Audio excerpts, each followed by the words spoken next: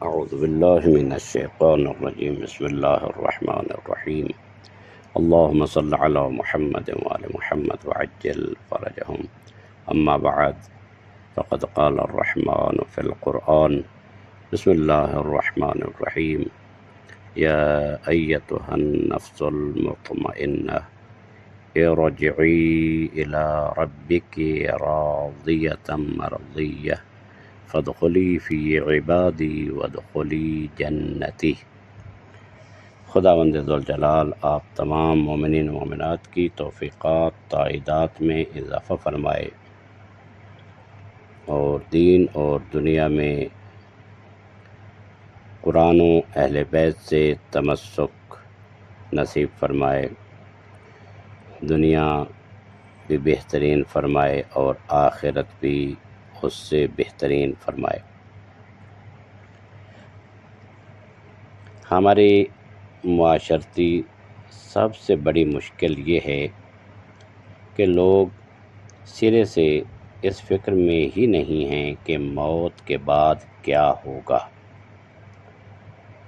کیا انسان جب مر جاتا ہے تو کسی خشک درخت کی مانند ہے یا ایندھن بن جاتا ہے، یا کسی پرندے کی طرح ہے جو پنجرے سے پرواز کر کے نکل جاتا ہے؟ اکثر لوگوں میں یہ سوال ہی موجود نہیں کہ موت کے بعد کیا پیش آئے گا، وہ صرف زندگی کے آخری لمحے تک کی فکر کرتے ہیں، لیکن یہ نہیں سوچتے کہ مرنے کے بعد میرا حال کیا ہوگا۔ کیا میں ایک خشک لکڑی بن جاؤں گا یا ایک آزاد پرندہ جو ہمیشہ تک زندہ رہتا ہے؟ یہ مسئلہ ان کے ذہن میں آتا ہی نہیں ہے۔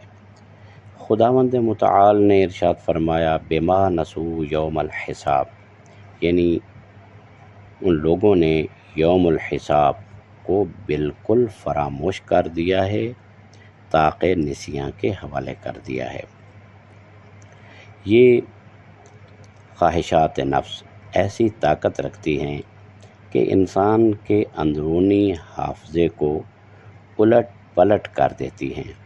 جو چیزیں انسان کے لیے یاد رکھنے کی ہیں وہ اسے بھلا دیتی ہیں، اور جو باتیں غیر مفید ہیں انہیں یاد رکھواتی ہیں۔ تو عرض کرنے کا خلاصہ یہ ہے کہ انسان کی غفلت یوم حساب، روز حساب سے اس کی دنیا پرستی اور خواہشات نفس کی پیروی کی وجہ سے ہے، اور یہ مسئلہ نہ صرف ایک فرد کا بلکہ پورے معاشرے کا ہے۔ اس فکری غفلت کو قرآن و احادیث نے بار بار ذکر فرمایا ہے۔ قرآن مجید میں اور احادیث میں بہت زیادہ ذکر ہوا ہے موت کا اور مرنے کے بعد کیا ہوگا۔ دو نظریے ہیں اس بارے میں۔ یا تو پہلا نظریہ ہے درخت کی طرح ختم ہو جاتا ہے، مادہ پرستی، یہ نظریہ مادہ پرستی کا ہے۔ درخت ہے، اس کی لکڑی ہے، ایندھن بن جاتا ہے، ختم ہو جاتا ہے، ایک نظریہ یہ ہے۔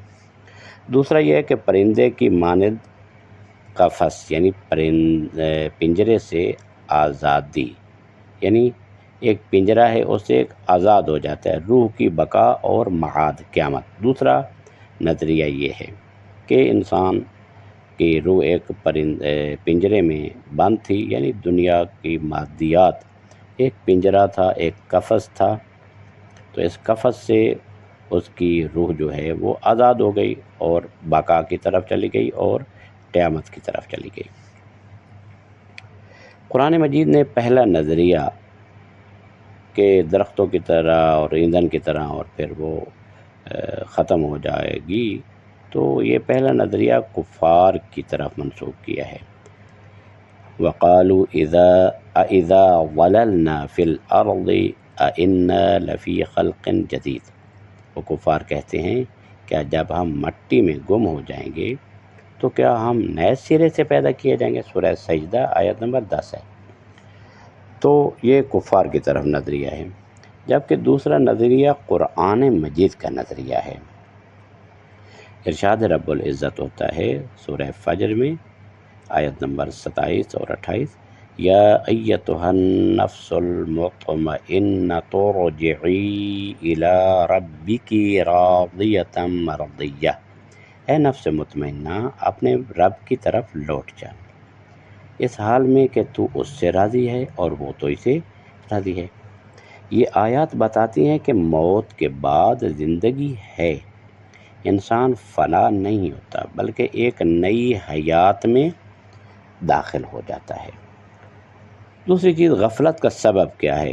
غفلت کا سبب بما نسو یوم الحساب، یہ آیت قرآن مجید سورہ صاد آیت نمبر 26 ہے، وَاتَّبَعُوا أَهْوَاءَهُمْ فَسَوْفَ يَلْقَوْنَ غَيًّا بِمَا نَسُوا يَوْمَ الْحِسَابِ، اور وہ اپنی خواہشات کے پیچھے چل پڑے تو وہ گمراہی میں جا پڑیں گے، کیونکہ انہوں نے یوم حساب کو فراموش کر دیا۔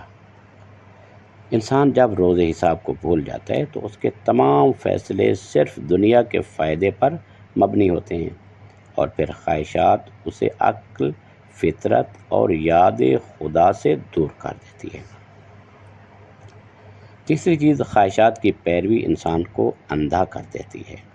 قرآن مجید میں ارشاد رب العزت ہے، افرأیت من اتخذ الہہ ہواہ وَأَضَلَّهُ اللَّهُ عَلَى علم، کیا تم نے اس کو دیکھا جس نے اپنی خواہش کو اپنا معبود بنا لیا اور اللہ نے علم کے باوجود اسے گمراہ کر دیا؟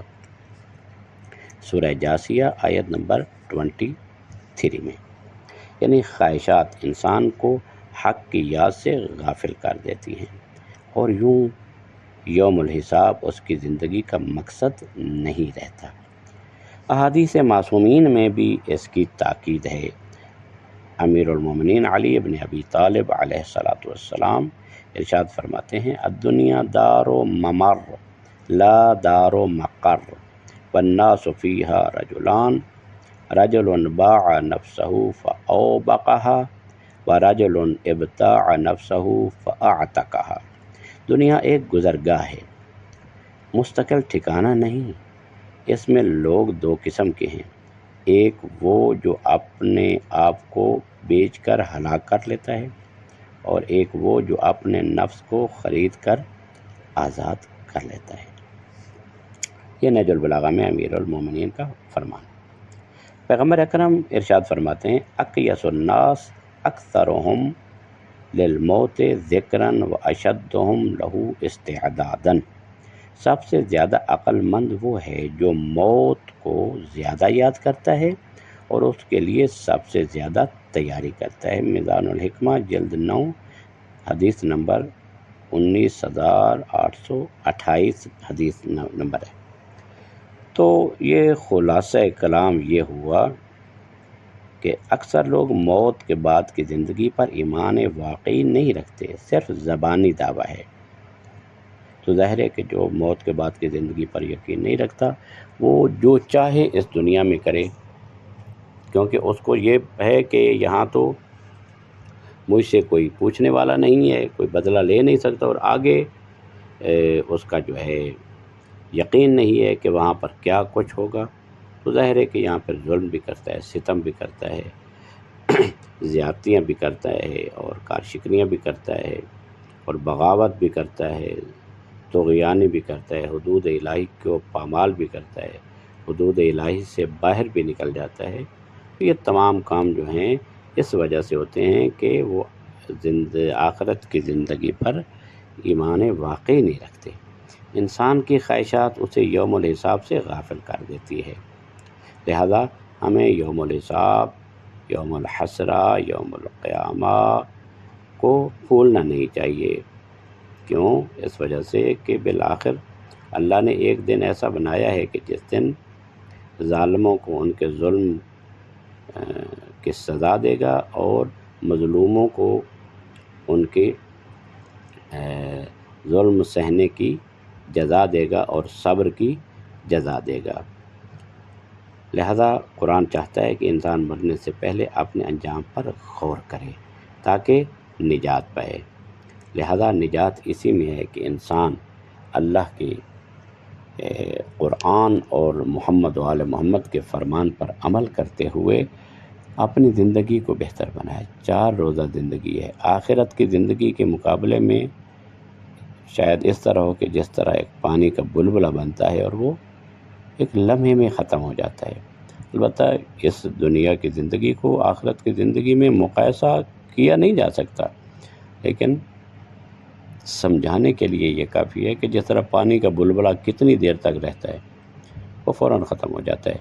لہذا یہ دنیا آخرت کے مقابلے میں کچھ بھی نہیں ہے، لیکن اللہ نے دنیا میں بھیجا تاکہ انسان اس فانی دنیا سے باقی رہنے والے جہان کی طرف جانے کے لیے توشہ آخرت آمادہ کر لے اور زاد راہ تیار کر لے۔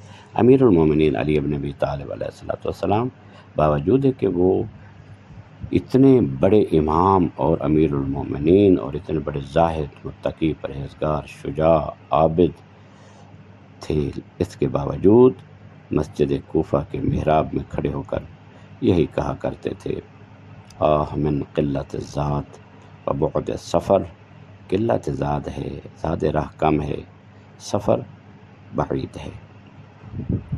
لہذا انسان، عقل مند انسان وہی ہے کہ جو اس دنیا کی حقیقت کو سمجھے، یا نہیں کہ دنیا کی لذتوں سے فائدہ نہ اٹھائے، نہیں، اللہ نے نعمتیں دی ہیں، نعمتوں سے فائدہ اٹھائے اور جائز فائدہ، حلال فائدہ اٹھائے اور اپنی زندگی کو بہتر بنائے، یوم الحساب کو اپنے نظر میں رکھے، اپنے دل میں رکھے، تاکہ یہ ڈر، روز قیامت کا، یوم الحساب کا ڈر جو ہے انسان کو جبری طور پر نیکیوں کی طرف لے جاتا ہے اور برائیوں سے روکتا ہے۔ ہم دعا کرتے ہیں خدا ذوالجلال ہم سب کی، تمام مومنین و مومنات کی دنیا اور آخرت بہترین قرار دے اور ہمیں محمد و آل محمد کے فرامین پر عمل کرنے اور قرآن سے متمسک ہونے کی توفیق عطا فرمائے۔ وصلی اللہ علی محمد و آلہ الطاہرین۔